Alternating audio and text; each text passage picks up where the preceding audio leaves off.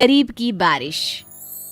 शहर की कच्ची बस्ती में एक गरीब मजदूर कालू रहा करता था। कालू के घर में उसकी पत्नी जानकी थी। जानकी लोगों के घरों में झाड़ू पोछा करके कुछ पैसे कमा लेती थी और वहीं कालू किसी तरह मेहनत मजदूरी करके 2 वक्त की रोटी का जुगाड़ कर लेता था। कुछ दिनों से हो रही बारिश के कारण कालू की मजदूरी बंद हो गई थी। अरे जानकी, इस बार तो बरसात ने हद ही कर दी, रुकने का नाम ही नहीं ले रही। कुछ समझ में नहीं आ रहा, अगर इसी तरह काम पर नहीं गया तो 2 वक्त की रोटी का जुगाड़ कैसे होगा। अरे तुम चिंता क्यों करते हो, बारिश का क्या है, 1 आध दिन में रुक जाएगी और उसके बाद में फिर से काम शुरू हो जाएगा। अरे 3 दिन तो हो गए, बरसात तो रुक ही नहीं रही है और आगे भी रुकने के कोई आसार नहीं दिख रहे। तो क्या हुआ, तुम्हारा काम बंद हुआ है ना?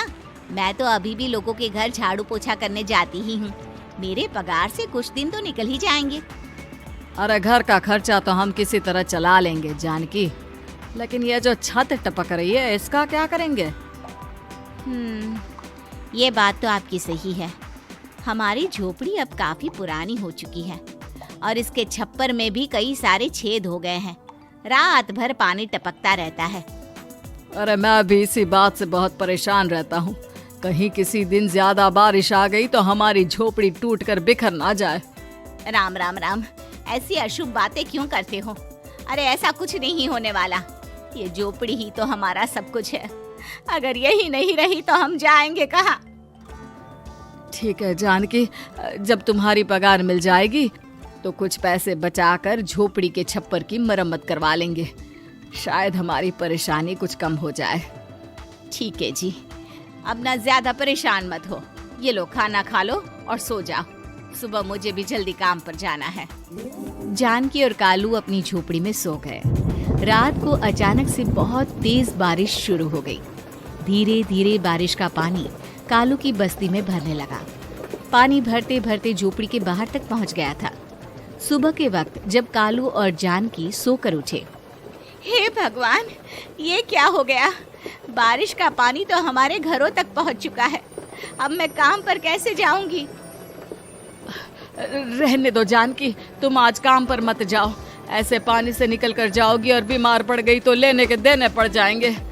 लेकिन अगर नहीं गई तो मालकिन लोग नाराज हो जाएंगे। आप जानते हैं ना, बड़ी मुश्किल से 1 दिन की छुट्टी भी नहीं देती है।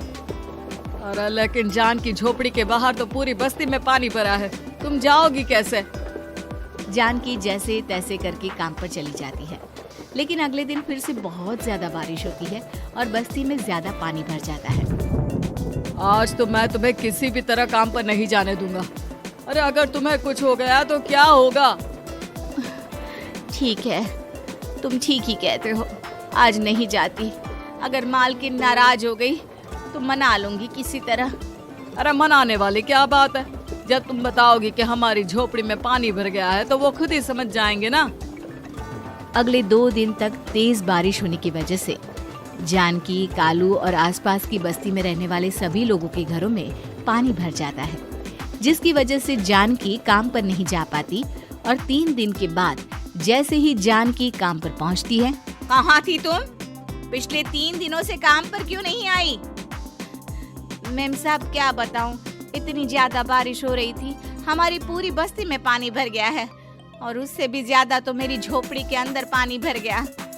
आप ही बताइए कैसे आती मैं? इसका मतलब ये हुआ कि बारिश होगी तो तुम काम पर नहीं आओगी?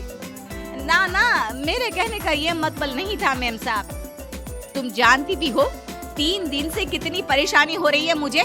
सारा काम मुझे खुद करना पड़ा। माफ कर दीजिए मालकिन जी, पर मैं क्या करती, आने के लिए रास्ता ही नहीं था, सब जगह पानी भरा हुआ था।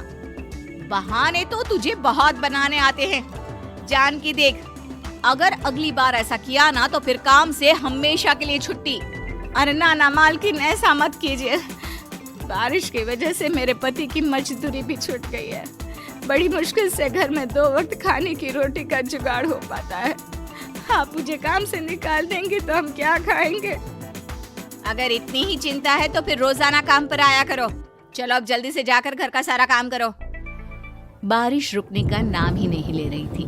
पूरे शहर में बाढ़ जैसे हालात बन गए थे। लेकिन नौकरी जाने के डर से जानकी किसी तरह रोज काम पर जाती थी। एक दिन जब जानकी काम करके अपने घर लौट आई तो अचानक उसकी बस्ती में कुछ लोगों का शोर सुनाई दिया। अरे लगता है बाहर कुछ हुआ है, मैं जाकर देखता हूँ। हाँ, पता तो कीजिए, ये बस्ती में लोग इतना शोर क्यों कर रहे हैं? बाहर जाकर कालू ने एक आदमी से पूछा। अरे क्या हुआ भाई, इतना शोर क्यों मचा रहा है? अरे क्या बताए भैया, अपने बस्ती के बाहर एक पुल टूट गया है और वहाँ पर एक कार फंसी है। थोड़ी देर में अगर किसी ने नहीं बचाया ना तो वो कार पानी में बह जाएगी। ये क्या कह रहे हो भैया, कार के अंदर कोई है क्या? हाँ, कोई औरत बैठी है, अकेली है, बहुत रो रही है बेचारी, मदद के लिए बुला रही है। अरे तो हमें जाकर उनकी मदद करनी चाहिए ना। अरे लेकिन इसमें बहुत खतरा है, हमें अपने आप को बचाना चाहिए। पानी कभी भी हमारी बस्ती की तरफ आ सकता है। अरे तुम्हें नहीं चलना तो मत चलो, लेकिन मैं तो जाकर उस औरत की मदद जरूर करूंगा। कालू उस जगह पर पहुंचता है जहां वो औरत कार में फंसी हुई थी। वहां पर पानी का बहाव बहुत तेज था और सारा पानी कालू की बस्ती की तरफ ही आ रहा था। कालू ने एक बड़ी सी रस्सी को पेड़ से बांध दिया और दूसरे सिरे को कार की तरफ फेंक दिया और उस औरत को रस्सी के सहारे बाहर आने के लिए कहा। तभी वहां जानकी भी दौड़ती हुई आई। अरे ये तो मेरी मालकिन है, जिनके यहाँ मैं काम करने जाती हूँ। अरे मैडम जी, आप डरिएगा मत, आपको कुछ नहीं होगा। आपकी गाड़ी को भी मैंने रस्सी से बांध दिया है। थोड़ी देर में पानी का बहाव कम हो जाएगा, फिर हम आपकी कार को भी बाहर निकाल लेंगे। क्या तुम जानकी के पति हो? हाँ, जानकी मेरी ही पत्नी है, आपके यहाँ काम करती है ना।